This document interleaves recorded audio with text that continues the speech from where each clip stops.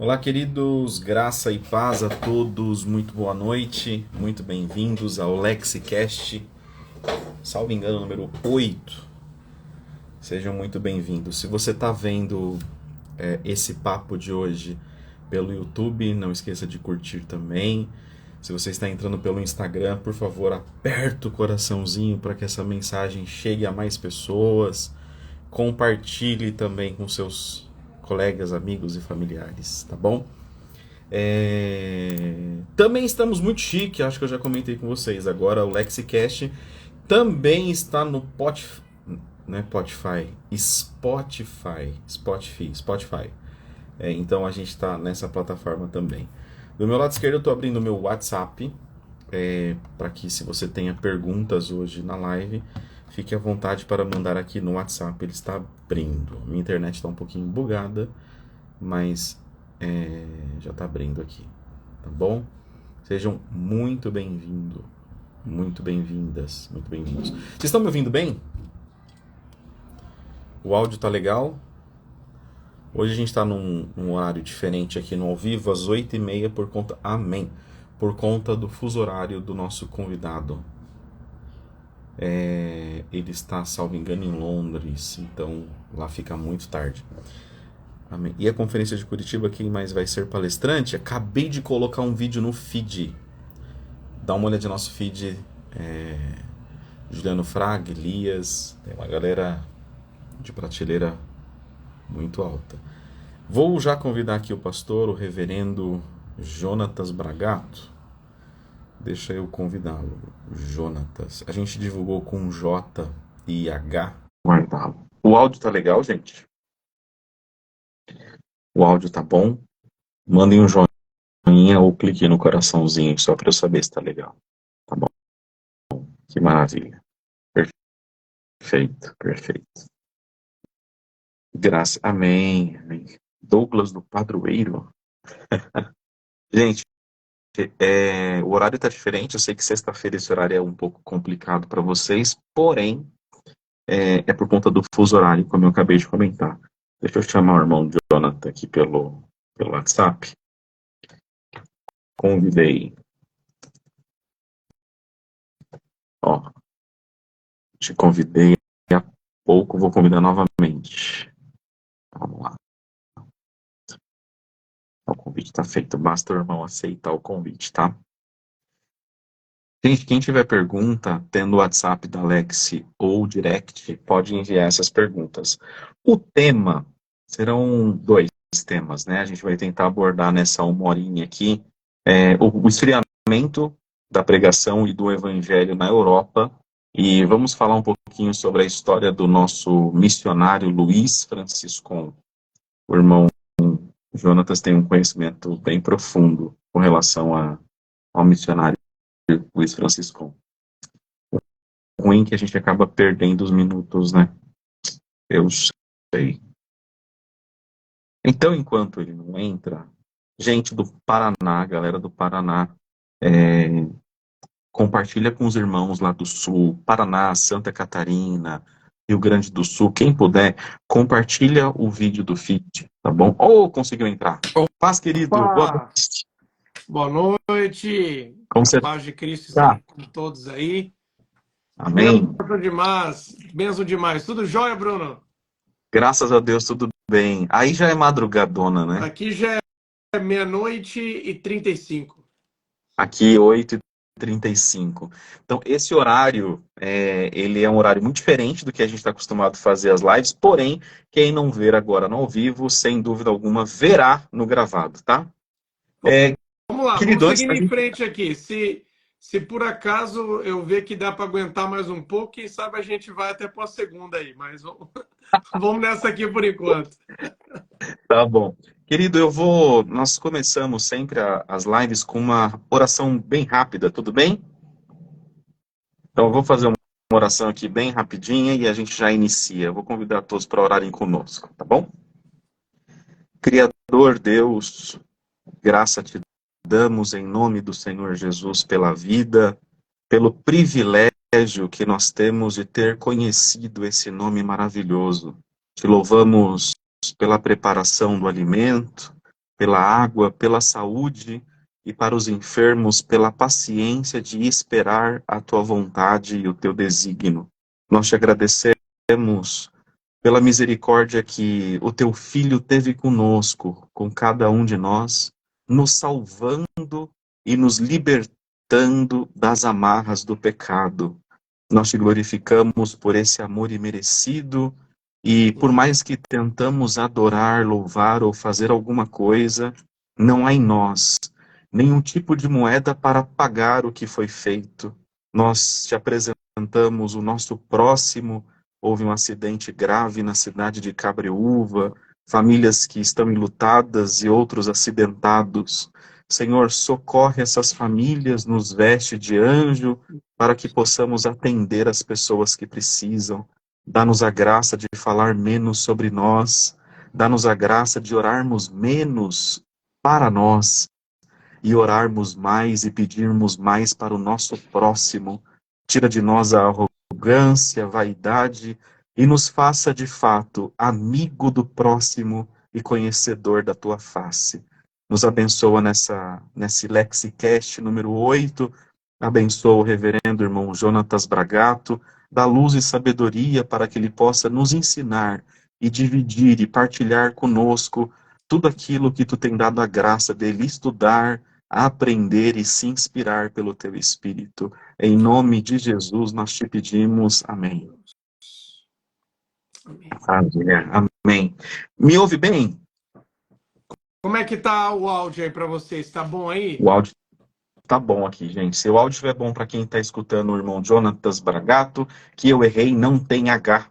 É Jonatas sem H. Clica no coraçãozinho ou manda aqui no chat pra gente que você tá ouvindo bem. Querido, se eu ficar olhando boa, se eu estiver olhando muito para a esquerda, não é desrespeito, é porque eu recebo as perguntas do meu lado esquerdo. E às vezes eu filtro uma pergunta ou outra para a gente trocar ideia aqui, tá bom? Então eu fico olhando aqui para o computador. Queridos, perguntas pelo direct e também pelo meu WhatsApp, para quem tem WhatsApp, e aí normalmente são os alunos da Alex, tá? Querido, para quem não te conhece, eu acho que a maioria aqui talvez te conheça, né? O desconhecido que sou eu. Por favor, quem é o reverendo Jonatas Bragato? Onde ele está? Onde ele está pregando? Conta um pouquinho, quem é esse cabra bom? Bom só tem um que é Deus, É né? verdade, é verdade. Mas eu sou apenas um servo, um escravo na vinha do Senhor. E para quem não me conhece, eu sou missionário aqui na Inglaterra desde 2017. Venho de uma família cristã já de 3 gerações de ministros da minha família. A minha família, uma parte dela, né, emigrou da Itália para o Brasil e tiveram uma experiência de conversão na década de 50 e foram alcançados através do trabalho de um missionário americano. E durante esse período que estava a grande expansão do movimento da Cruzada Nacional de Evangelização, e meu avô foi alcançado pela graça de Deus através do ministério, né, desse movimento, e Deus fez uma obra assim maravilhosa na nossa família. Meu avô teve 13 filhos, todos eles assim criados, né, dentro da graça de Deus, do conhecimento do Evangelho, e foram alcançados assim. Meu avô foi ordenado ministro dentro desse ministério e permaneceu até o dia que partiu para o Senhor. O meu pai também dentro do ministério e eu a terceira geração também dentro do ministério, servindo a Deus. E o meu chamado ministerial começou muito cedo, né? Aos 11 anos de idade eu tive uma experiência com Deus que podemos entender à luz da palavra de Deus como um enchimento do Espírito Santo, o batismo no Espírito Santo ou ser cheio do Espírito Santo. Essa experiência transformou a minha vida de uma maneira tão extraordinária que eu entendi que Deus estava... começou aquele ardor, aquela chama por querer orar pelas pessoas, querer fazer visitas. E eu comecei com essa idade. Aos 11 anos, eu tive a minha primeira oportunidade de pregar, fazer a minha primeira pregação em um culto público. E desde aquela singela mensagem, num culto numa casa com 70 pessoas ali ao redor, eu entendi que era aquilo que eu queria para a minha vida. E eu não conseguia mais enxergar outra coisa. E desde então tenho dedicado a minha vida exclusivamente para servir o reino de Deus. E no ano de 2016, eu fui convidado à Inglaterra para dar aula em um seminário teológico, dar aula de escatologia. É um dos temas que eu tenho lecionado também. E durante esse período que eu estava aqui, Deus me chamou para servir como missionário nesse país. Eu estava pregando em uma igreja inglesa e após terminar o culto, durante o culto e até o término do culto, eu entendi claramente que Deus estava me chamando para servir como missionário nesse país.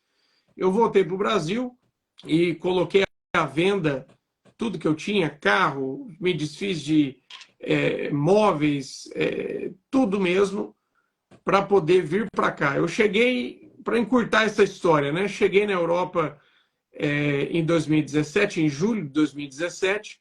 Fui primeiro para a Itália, para a região da minha família, fiquei lá um tempo e depois me mudei aqui para a Inglaterra. Cheguei aqui com 140 euros no bolso, 145 euros no bolso para sobreviver.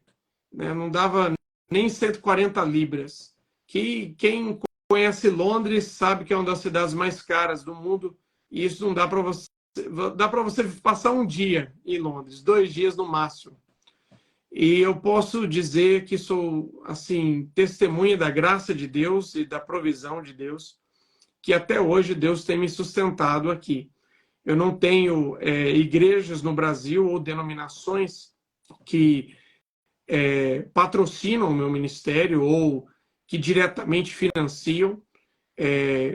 Nós temos vivido da graça de Deus mesmo e através de pessoas que conhecem o nosso trabalho, que têm contribuído de alguma forma, e também do trabalho que eu faço, como o apóstolo Paulo também fazia, de fazer tendas quando necessário, para não ser pesado aos irmãos. Então, eu tenho servido como missionário aqui desde 2017. Eu cheguei aqui, trabalhei por 3 anos e meio na Igreja Livre da Inglaterra, permaneci nessa instituição até basicamente a sua extinção. É um movimento que surgiu através do reverendo George Whitefield, que foi um grande evangelista, fundador do movimento metodista calvinista durante o século XVIII. E eu fiz parte desse movimento, fui ordenado dentro desse contexto aqui, servi como missionário ali por 3 anos e meio, até a extinção dessa denominação, por justamente abandonar os fundamentos que ela foi estabelecida no início, e continuei no Nordeste da Inglaterra até 2 anos fazendo um trabalho de plantação de igrejas, né? E depois desse período de plantação de igrejas ali no Nordeste da Inglaterra, Norte e Nordeste da Inglaterra, nós entendemos que Deus estava nos trazendo para a região mais sudoeste da Inglaterra, que estamos hoje. Então, atualmente, eu sou o elder principal, né? A tradução literal seria ancião, né? Ancião.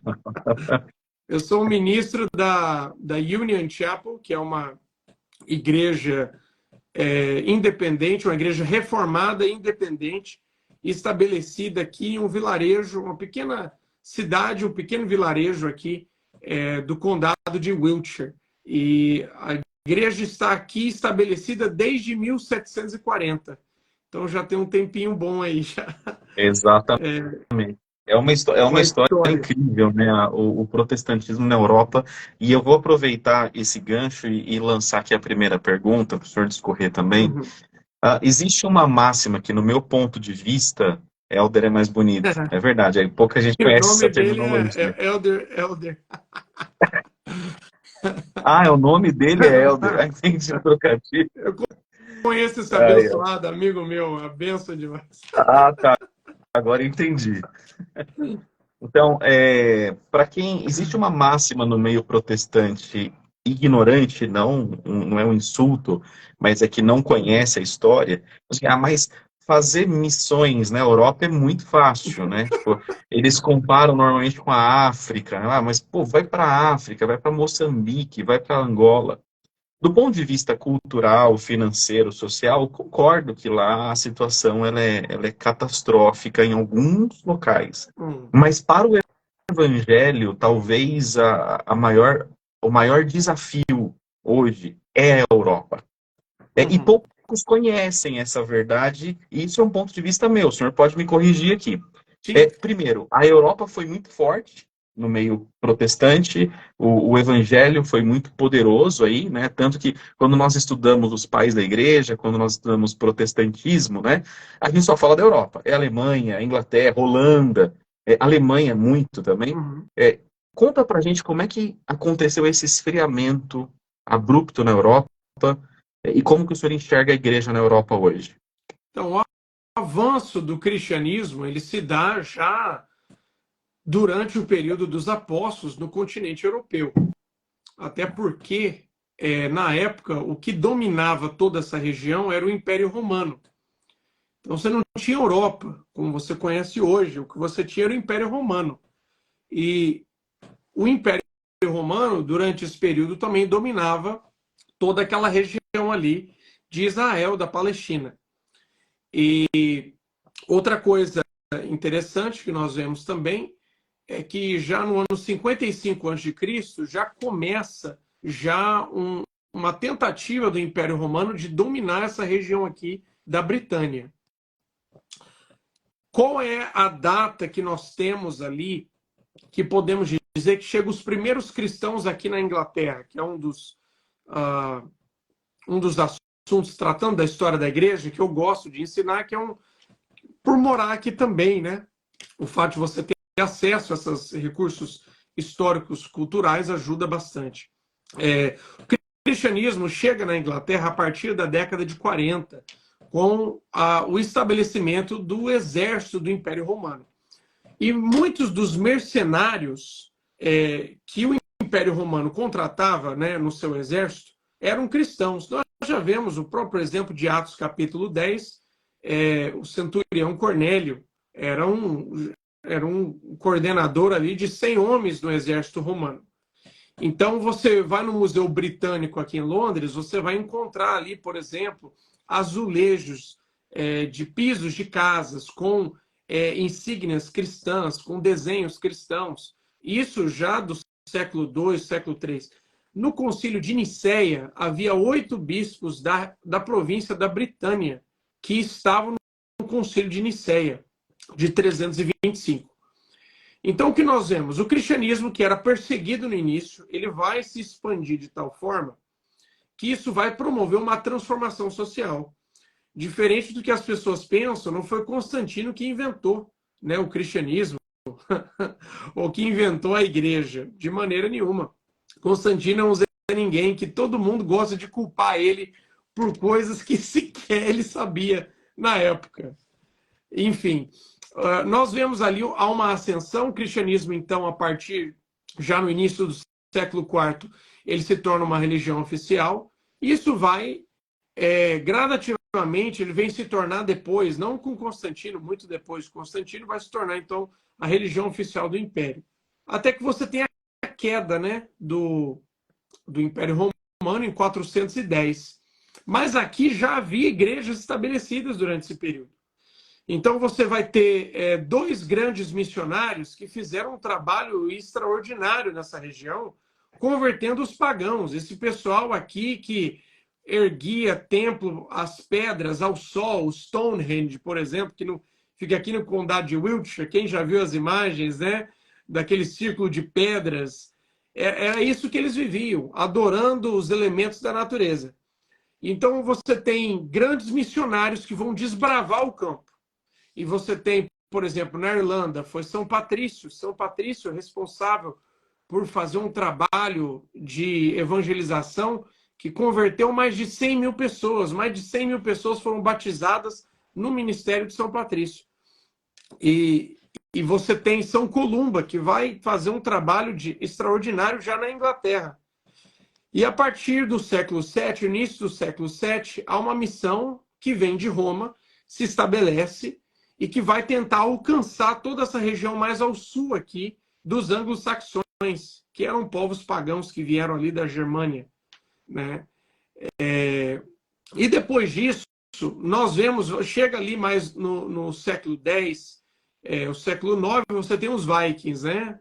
Quem já viu, estudou um pouco da história deles aí, sabe que era um povo bárbaro, terrível, mas engraçado que esse pessoal depois tudo vai se converter e se torna um instrumento nas mãos de Deus para o avanço do evangelho, não só aqui, como nos países escandinavos.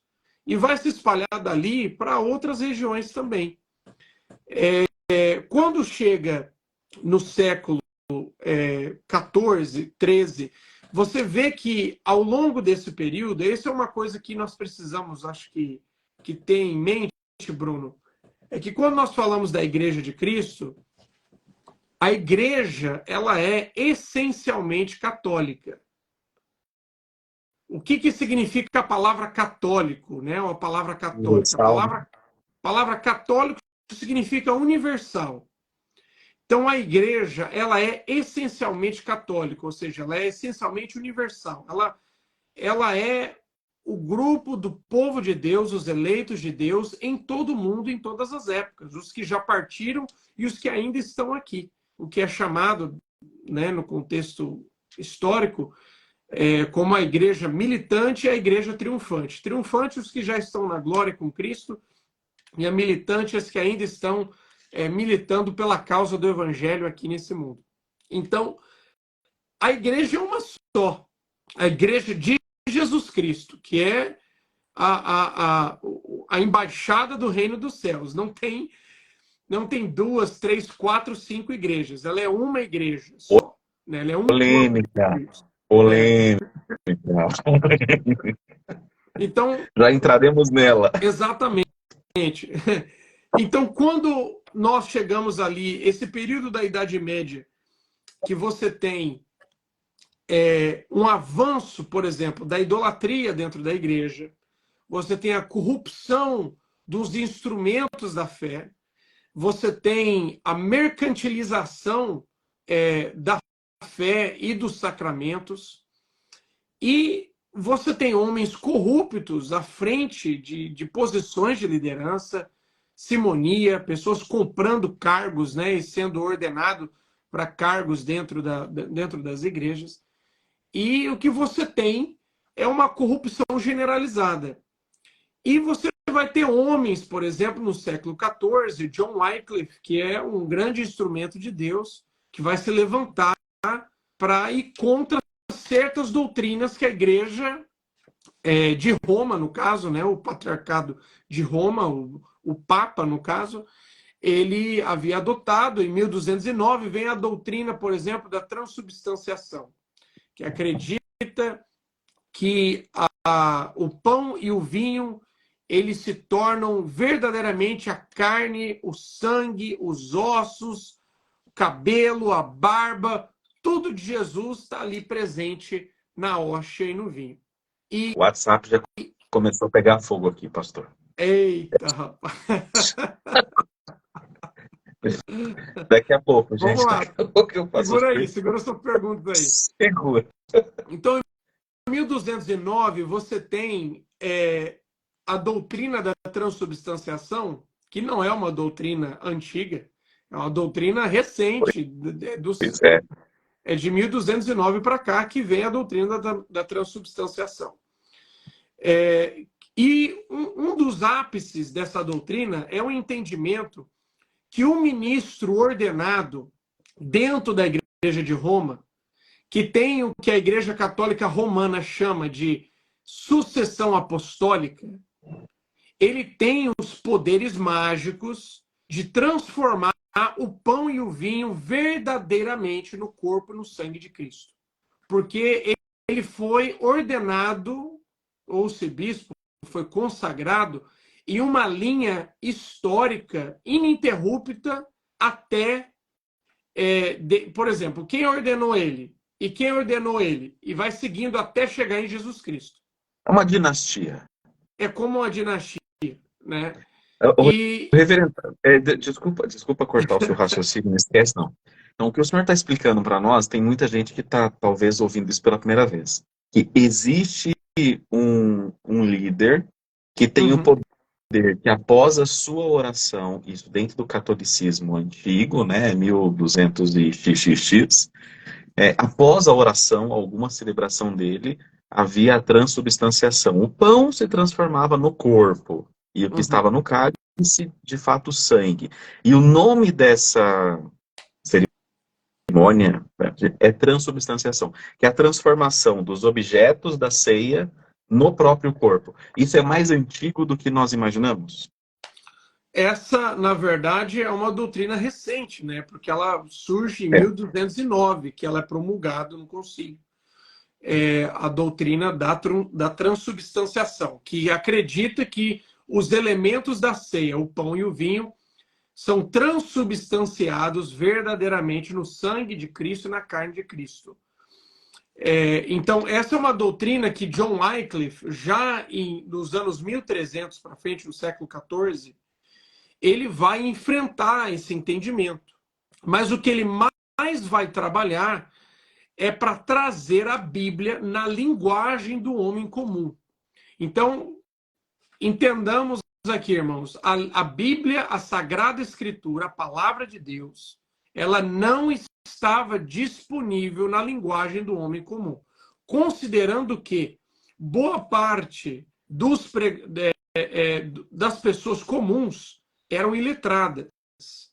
Mais de 95% da população não sabia ler e escrever. Contando que a Bíblia só estava disponível para os clérigos em línguas originais ou em línguas que não tinham acesso ao povo comum, como o latim. Que você tinha a tradução da Vulgata Latina, por exemplo. O povo comum não tinha acesso a nada disso. E o que John Wycliffe faz? Ele é um professor de Oxford, ele é um homem temente a Deus. Quem quer conhecer mais a história dele, tem um filme muito bacana, chamado A Estrela da Manhã. John Wycliffe, a Estrela da Manhã, ele é considerado como a Estrela da Manhã da Reforma Protestante. E o que ele vai fazer? Ele vai começar um movimento. Primeiro, ele vai traduzir o Novo Testamento, agora os Evangelhos, na linguagem do povo comum. E aí ele vai treinar pregadores leigos para saírem nas vilas, dos vilarejos, das cidades, pregando nas praças, pregando nas ruas e lendo as escrituras para o povo. Esse movimento cresceu de tal forma durante o período do século XIV, XV, que a Igreja Católica Romana considerou ele, após a sua morte, como um herege. Ele foi desenterrado, os ossos de John Wycliffe, para serem queimados.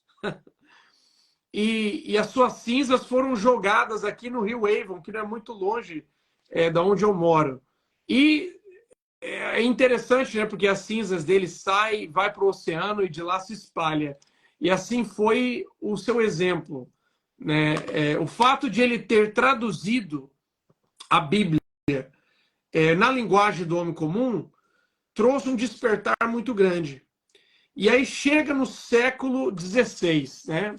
Você tem Martinho Lutero, mas não só Martinho Lutero. Você tem William Tyndale, que é o grande reformador inglês. Ele é o homem que era o melhor erudito em grego e em hebraico da sua época, e ele vai fazer o trabalho de tradução da Bíblia para a linguagem do homem comum. E quem quer conhecer um pouco mais a história dele, tem um filme muito bacana também. Esse pessoal mais antigo aí produziu uns filmes legais. O nome do filme é O Fora da Lei de Deus. muito bacana mesmo. Pesquisem sobre William Tyndale, que vai enriquecer a vida desse homem, como esse homem servia a Deus, de o alto preço que ele pagou de ter sido queimado à estaca, para que hoje o povo inglês pudesse ter uma Bíblia disponível na linguagem do homem comum. Então, a Bíblia King James, que é a melhor tradução feita na língua inglesa e reconhecida, ela usou praticamente toda a estrutura de tradução e os textos e a forma, o estilo de tradução de William Tyndale. Então, a reforma, o que acontece? Muitos aqui já sabem, já conhecem essa história. Martinho Lutero, ele tem um conflito inicial com a Igreja de Roma, com o Papa, no sentido das indulgências. O objetivo dele não era romper com a Igreja Romana, não era romper com o Papa, mas era promover uma reforma dentro dessa igreja. O que acontece é que a resistência que ele encontra é de tal forma que o seu coração muda, o seu entendimento muda, para que não era mais possível permanecer dentro da estrutura eclesial de Roma e permanecer como uma igreja fiel às Escrituras. Então, lembro que eu falei para vocês aqui que igreja só tem uma só, é a igreja do Senhor Jesus Cristo, que é essencialmente católica, é universal, é o corpo de Cristo. Só tem um só. E o que os reformadores lutaram no século XVI? Eles defendiam, quando nós lemos Calvino, lemos Lutero, Thomas Cranmer, todos os grandes reformadores durante esse período, todos eles defendem ser a verdadeira Igreja Católica. Todos eles escrevem como pertencendo à verdadeira Igreja Católica e muitos deles associando o Papa ao Anticristo. Então, o que nós vemos aqui? Eles procuraram preservar essa unidade da igreja, ao mesmo tempo se opondo contra os erros e os desvios doutrinários e morais que haviam no sistema eclesial. Então, o que nós temos agora? Uma consolidação, países aí, reinados que se convertem. Você tem a região aqui da Escandinávia, Noruega, Suécia, todos esses países, historicamente, são países luteranos, que os reis se converteram e transformaram seus países. Primeiro que nós temos que entender, né? Na época, toda a Europa era cristã. Então, Exato. você não está convertendo do paganismo, né, para o cristianismo. Não, ela já era, a Europa já era nominalmente cristã. O que a reforma vai fazer é buscar reformar a igreja daquilo que foi acrescentado ao longo dos séculos, que é contrário à palavra de Deus, que é contrário às Escrituras. Então, você tem João Calvino na Suíça, Zwinglio na Suíça também, e na França, Calvino vai exercer um papel extraordinário na França com os huguenotes. Tanto é que, falando um pouco de missões aqui, quem foi o primeiro a enviar missionários para o Brasil? Foi João Calvino. Foi João Calvino quem enviou os primeiros, os conhecidos mártires de Guanabara, já em 1550, 1555, que estabeleceram um trabalho já no início ali da colônia francesa, isso no século XVI no Brasil. Então você tem a região da Holanda, a Inglaterra principalmente. O que muitos não entendem, né, é o rei Henrique VIII. O rei Henrique VIII, você dá para fazer uma live só da história da igreja inglesa, dá para fazer só uma live disso aí. E dá uma treta teológica esse negócio do Henrique VIII, hein? Dá. Você tem Dá polêmica que esse... porque muita gente não entende que o Henrique VIII, ele não era um reformador da igreja. O Henrique VIII, ele foi o responsável por romper a igreja judicialmente por um interesse pessoal, né? E por um interesse houve pessoal. Enfatiza-se muitas questões pessoais, né? Mas havia outras questões também, né? Eu vou dar um exemplo para ti aqui, a questão do casamento.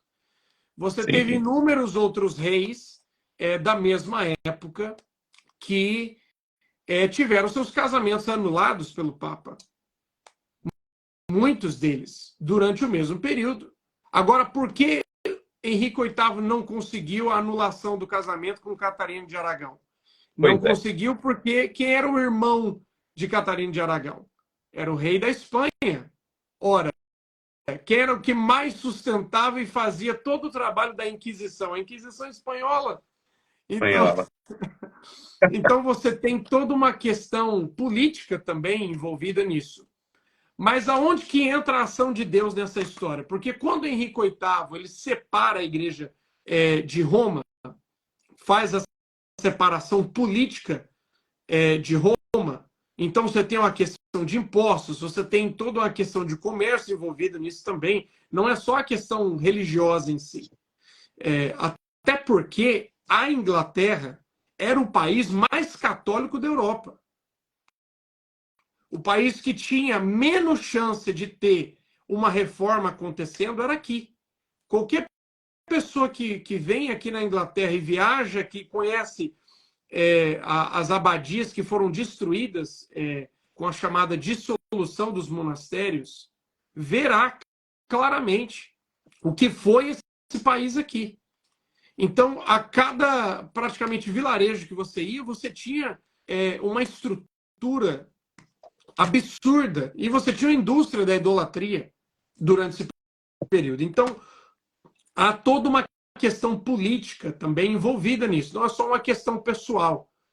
Mas onde que entra o ato de Deus aqui? Porque o parlamento declara ele como o chefe da igreja e separa ela politicamente de Roma.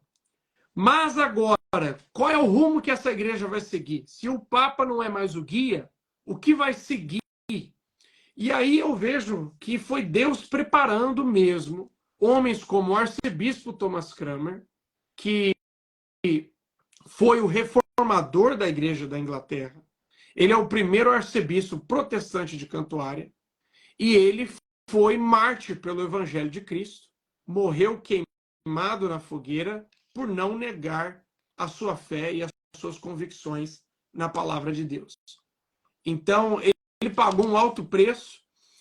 Thomas Cranmer, que era um homem que tinha um pensamento, um entendimento das escrituras extraordinário, auxiliado por homens como João Calvino e outros, durante esse mesmo período, promoveu uma reforma gradativa da igreja. A primeira coisa que é feito é a Bíblia agora disponível em cada paróquia da igreja da Inglaterra. Então, cada paróquia agora, por lei, tinha que ter uma Bíblia, chamada Grande Bíblia. Mas o povo é analfabeto. E aí, o que faz? Então, as paróquias agora precisam contratar um leitor para poder ler a Escritura para qualquer pessoa que chegar lá e quiser aprender a palavra de Deus.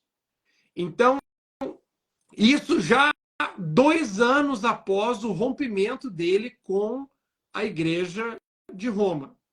E agora, imagine, porque você ia em algumas igrejas medievais aqui, que você tinha ali capelas com relíquias. Você tinha imagens, por exemplo, que os monges ficavam atrás da imagem, eles colocavam uns canudos, que na verdade eram tripas de bode, no olho da imagem, e os monges, na hora que o pessoal chegava dentro da igreja, eles assopravam assim, e a imagem começava a chorar. E aí o povo dava mais dinheiro. Então era uma indústria que você tinha.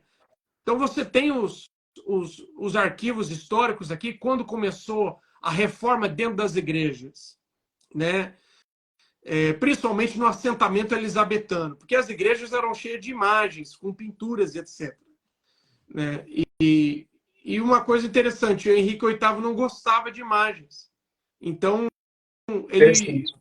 durante esse período, ele mandou todas as imagens que tinham uma auréola, era para cortar a cabeça fora. Então, você vai em prédios aqui, igrejas, você vai encontrar imagens ali, só o corpo da imagem, a cabeça foi cortada fora. A igreja de Westminster, ela tem imagem hoje? Eu não estou tentando recordar aqui. A abadia de Westminster. Isso. Então, aí já entra um outro movimento que vai surgir no século XIX, que é o chamado movimento anglo-católico. E esse movimento vai tentar levar a igreja da Inglaterra de volta para Roma. Sim. Então, muito do que é tido como anglicanismo hoje, né, que o pessoal acha, a igreja anglicana, a igreja da Inglaterra, isso é uma igreja meio católica romana. É por causa desse grupo. Ah, Porque, historicamente falando, ela não era. Isso aí não tinha. entendi, Né? Então, se você for entendi. falar o que era a igreja da Inglaterra, a igreja dos puritanos, é a igreja de John Wesley, de George Whitefield, a igreja desses homens. Né? Perfeito. Essa para mim foi muito nova. Então, Ganhei uma hoje, boa. então já a gente vai aprendendo junto aqui, né? Vamos junto, vamos junto. Pastor, e assim, com toda essa história linda, né? Porque, poxa, nasce aí, né? O evangelho, o protestantismo, né? O cristianismo em si, e o protestantismo, o berço é europeu. Uhum. E aí o Léo é um aluno formado já, ele fez uma pergunta que eu ia entrar nela também. Esfriou, a Europa gelou. Por Uhum. culpa de toda essa corrupção, de todos esses problemas da igreja, houve um esfriamento da fé, a Europa voltou para um paganismo. Qual que é a situação hoje e qual o desafio que o senhor enfrenta? Por quê? Missionário na Europa, o povo fala, né? É, Há um preconceito gigantesco com isso. aí que está a grande questão. O continente hoje, um dos continentes que mais precisam de missionários hoje, é o continente europeu e asiático. Por quê? Sem dúvida. É os continentes que você tem menos missionários. Mas qual é o lado gritante da Europa? É o fato de você não ter missionários, não é porque você tem um país comunista que impede o evangelho de entrar, não é porque você está em um país islâmico que a lei da Sharia proíbe a evangelização. Não é o caso da Europa. O caso da Europa é literalmente o abandono das outras igrejas ao continente europeu. A Europa, principalmente a partir do século 17 e 18, 17, 18 e 19, esses 3 séculos aí, é o século de explosão mundial das missões mundiais. Então, o que motivou, quais foram as motivações iniciais do Império Britânico, da expansão do Império Britânico? Né? Todo mundo vai atacar direto a questão colonial, a extração de ouro, de riquezas, etc. Mas o ponto inicial era o avanço da fé. Era onde entrasse o Império Britânico, a igreja entrava ali. Olha o caso da Nigéria, por exemplo. A igreja da Nigéria tem 35 milhões de fiéis. 35 milhões de fiéis. Fruto do quê? Fruto do trabalho missionário feito durante o período colonial. E está lá até hoje. Não está na mão dos britânicos. A igreja, os bispos, os líderes da igreja da Nigéria são nigerianos. Então você teve uma explosão durante esse período. Mas aí o que acontece? Né? Onde começa aí o declínio do cristianismo na Europa? Para dar as estatísticas para quem está assistindo aqui, hoje a Inglaterra, se você. Só a Inglaterra, tá bom? Só a Inglaterra, que comparado com outros países, tá bom? Está numa situação muito melhor. A Inglaterra, ela tem 3,78% de pessoas que frequentam uma igreja. 3%? 3,7%. Uau! 3,7% de pessoas que frequentam uma igreja. E isso inclui católicos romanos, inclui os evangélicos, inclui as seitas, né, mormons, testemunhos de Jeová, adventistas do sétimo dia, etc. Então, incluindo todos esses grupos aí numa coisa só. O senhor não agrupou a CCB na gaveta de seitas aí. A galera da CCB ficou feliz agora. Já vamos entrar nesse assunto aí, né? Vamos. Esperar subir mais gente entrar na live aí, nós já vamos entrar nesse Pessoal, assunto aí. avisa a galera aí que vai entrar no assunto CCB, Luiz Franciscão daqui a pouco. Olha lá o foguinho subindo ali. Olha lá. Avisa a galera. Aí o que acontece? O Bruno, durante o final do século XVIII, Durante o século XVIII, você vai ter um movimento que começa dentro dos seminários, das faculdades, originalmente na Alemanha, que é o que ficou conhecido hoje como movimento liberal. E o que é esse movimento liberal, que é o câncer que destruiu e continua destruindo as igrejas na Europa e que está destruindo as igrejas no Brasil e vai continuar destruindo igrejas, porque esse é um parasita que tem se espalhado e a tendência que nós temos aí é a coisa só ficar pior mesmo, infelizmente, olhando a realidade. O que é esse movimento liberal? Para tentar explicar para o pessoal da forma mais simples possível aqui, esse movimento ele propunha uma releitura da palavra de Deus, das Escrituras. Então, ao invés de lermos a Bíblia como sendo a palavra de Deus, e não contendo a palavra, mas sendo a palavra de Deus, divinamente inspirada e infalível, esse movimento ele propõe o seguinte: a Bíblia é um livro comum. E sendo um livro comum, ela deve ser então interpretada como qualquer outro livro que nós interpretamos. Então, é o que é chamado no contexto da teologia de hermenêutica histórico-crítica. É isso mesmo. Vamos procurar defeito no negócio. Então, essa ideia de que abriu lá o mar, né, abriu o mar Vermelho. Não, o Mar Vermelho não abriu. Então, vai buscar-se uma releitura das Escrituras, ao invés de crer que a Bíblia é a palavra de Deus, infalível, inerrante, esse movimento liberal ele vai buscar fazer uma releitura da Bíblia, principalmente dos milagres bíblicos. E aí, quando chega no século XIX, com o advento do darwinismo, que vai crescer, esse movimento liberal é mais empoderado ainda, porque vai misturar darwinismo com a questão da teologia liberal em si. Então, por exemplo, questionar a criação, questionar a forma como Deus criou o mundo. Isso daí só vai... Aquela releitura, né? Ah, não são 7 dias, são 7 milhões de anos, bilhões de anos e etc. Isso aí só vai acontecer mesmo a partir de Darwin para frente. Você não tem isso na história da igreja. Então, o que você tem, principalmente dogmas históricos mantidos pela igreja, por exemplo, a doutrina da Trindade, que é a doutrina mais importante da Escritura. Por quê que ela é mais importante? Porque ela revela quem Deus é. Se você não sabe quem Deus é, como que você pode esperar ser salvo de qualquer coisa? Se você não sabe quem Deus é. Ora, quando Jesus ele diz claramente na oração em João capítulo 17, Pai, é chegada a minha hora, me glorifique com a glória que eu tinha contigo antes da fundação do mundo. O que Jesus está falando ali no batismo, o Pai está falando ali com quem? Meu Deus do céu. Aí começa então uma releitura, principalmente da doutrina da Trindade, que é os grupos unitários, que é o povo mais liberal que tem aqui na Inglaterra hoje, a Igreja Unitária, que é uma seita, na verdade, é uma heresia.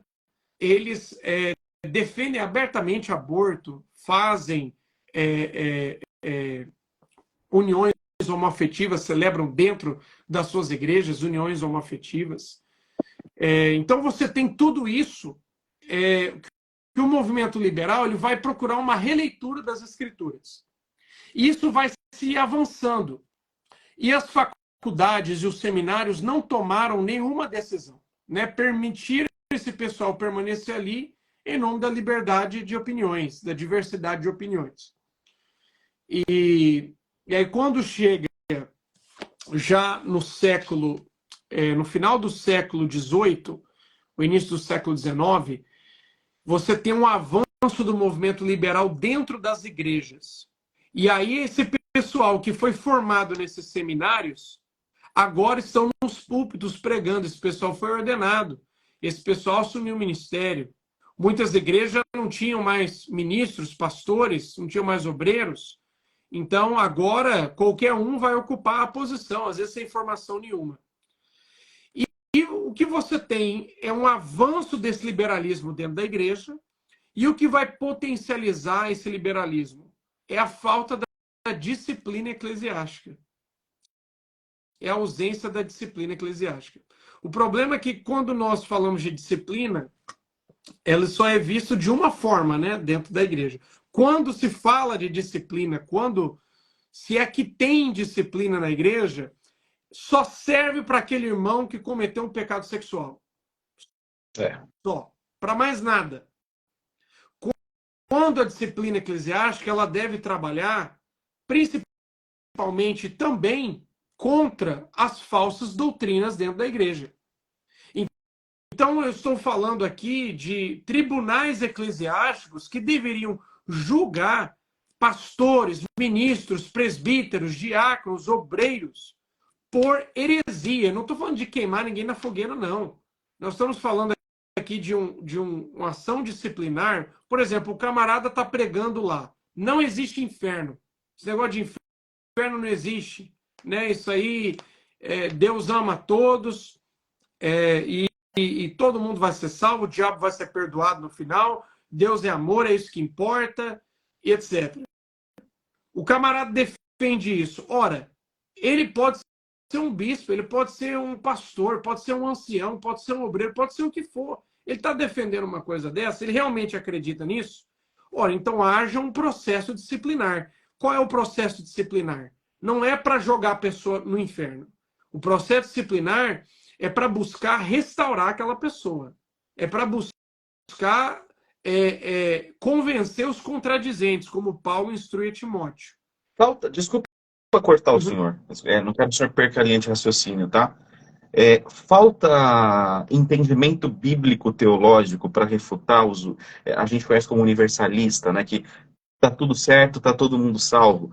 Há um grupo gigantesco no Brasil, não sei se o senhor está sabendo, com uma liderança no Rio de Janeiro e um nome forte, ex-CCBano em São Paulo, propagando o universalismo.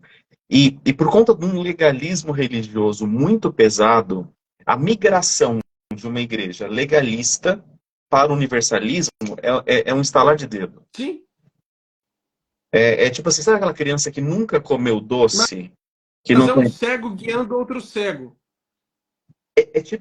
Exatamente. E como que um cego consegue guiar outro cego? Ele fala, eu sou cego também.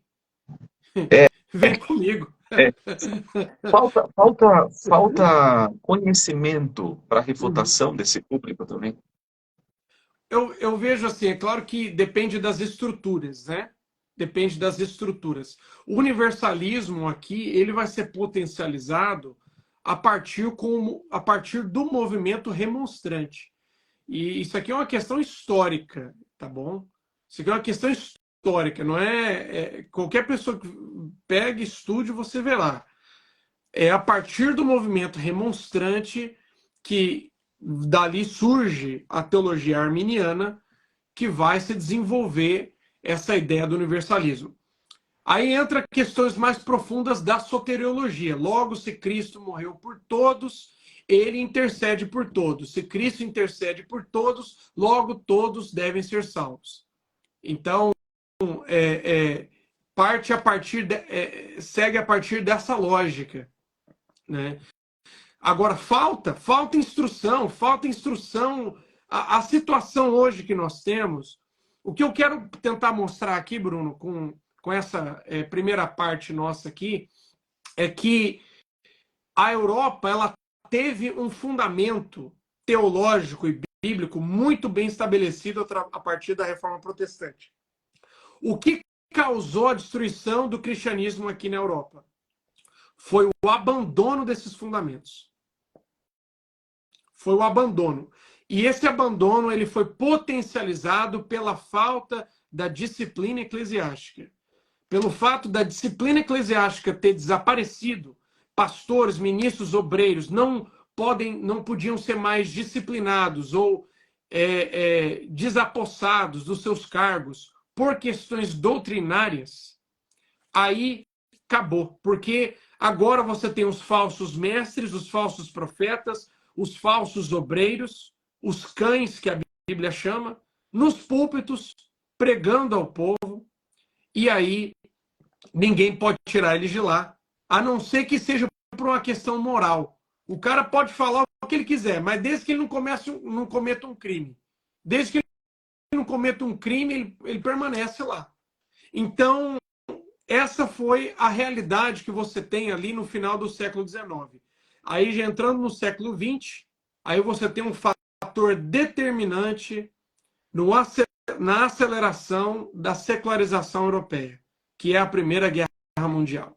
A Primeira Guerra Mundial, ela causa um nível de destruição e de devastação na Europa como nunca antes visto. Você tem metralhadora, você tem bombas de gás, você tem um assassinato em massa. E a Primeira Guerra Mundial é uma guerra estúpida, sem fundamento, e a partir dela, qual é o impacto que você tem na religião europeia, no contexto religioso? Lembra que você tinha Holanda, Inglaterra, diversos países aqui na Alemanha, por exemplo, todos esses países aí protestantes, sem contar os outros países católicos romanos. Você tinha um conceito de cristandade, que era a composição de todas essas nações cristãs. O conceito de cristandade. A partir da Primeira Guerra Mundial, o conceito de cristandade desaparece. Ele desaparece, porque agora você tem a Alemanha em guerra com a Inglaterra, que está em guerra com a Áustria, que está em guerra com todo mundo. Então você tem uma questão assim de aceleração da secularização. Só na igreja que eu pastoreei, por exemplo, a primeira igreja que eu pastoreei aqui na Inglaterra, ela tinha sido organizada em 1908. E isso 10 anos antes do fim da Primeira Guerra. E nós tínhamos ali um mural de reconhecimento dos combatentes de guerra. Mais de 12 pais de família, isso em uma igreja de 100 pessoas. Você tem ali 12 homens que não voltaram da guerra. Você tem ali 12 mulheres viúvas dentro da igreja. Não é brincadeira. Então, você tem um cenário de guerra horrível. A Europa está dizimada, destruída. Aí, esses que voltam da guerra, primeiro culto que eles vão congregar no domingo. Aí chega lá o cara falando, não tem inferno, que isso aqui... Gente, esse negócio de milagre... muitas vezes, né? Esse negócio de milagre aqui na Bíblia, isso daqui, na verdade, tudo tem uma explicação lógica para isso. Então, o que você tem? Você tem ali uma geração... Olha, a minha esposa, ela é inglesa. E uma parte da família dela é de origem escocesa. A metade da família dela é da Escócia. Os dois lados da família dela, a última pessoa crente da família dela, provavelmente está em 150 anos atrás. Meu Deus. Ela é a primeira pessoa crente da família desde o século XIX. Não tem mais ninguém na família. Por quê? Eu acho que esse papo aqui vai esclarecer para muita gente o que é a pregação do evangelho na Europa. Isso. Para quem acha que é isso vai fácil, sejam bem-vindos. Isso vai subir para o Spotify, isso vai subir aqui para o YouTube nos próximos dias também. Então, assim, acho que vai alcançar muita gente que não tem essa compreensão. Inclusive, quem não segue o missionário Jonatas Bragato, ele posta muita coisa interessante. É só clicar ali em cima, Jonatas Bragato, segue ele lá. Inclusive, essa semana, o professor postou uma foto de uma igreja, um vídeo, com não sei se eram os pregadores ali. Mas, enfim, vamos derrubar essa live e entrar novamente? Queridos, Quem puder, por favor, entra novamente com a gente aqui mesmo, tá bom? E avisa a galera. Só um minutinho, que o Instagram vai derrubar a gente.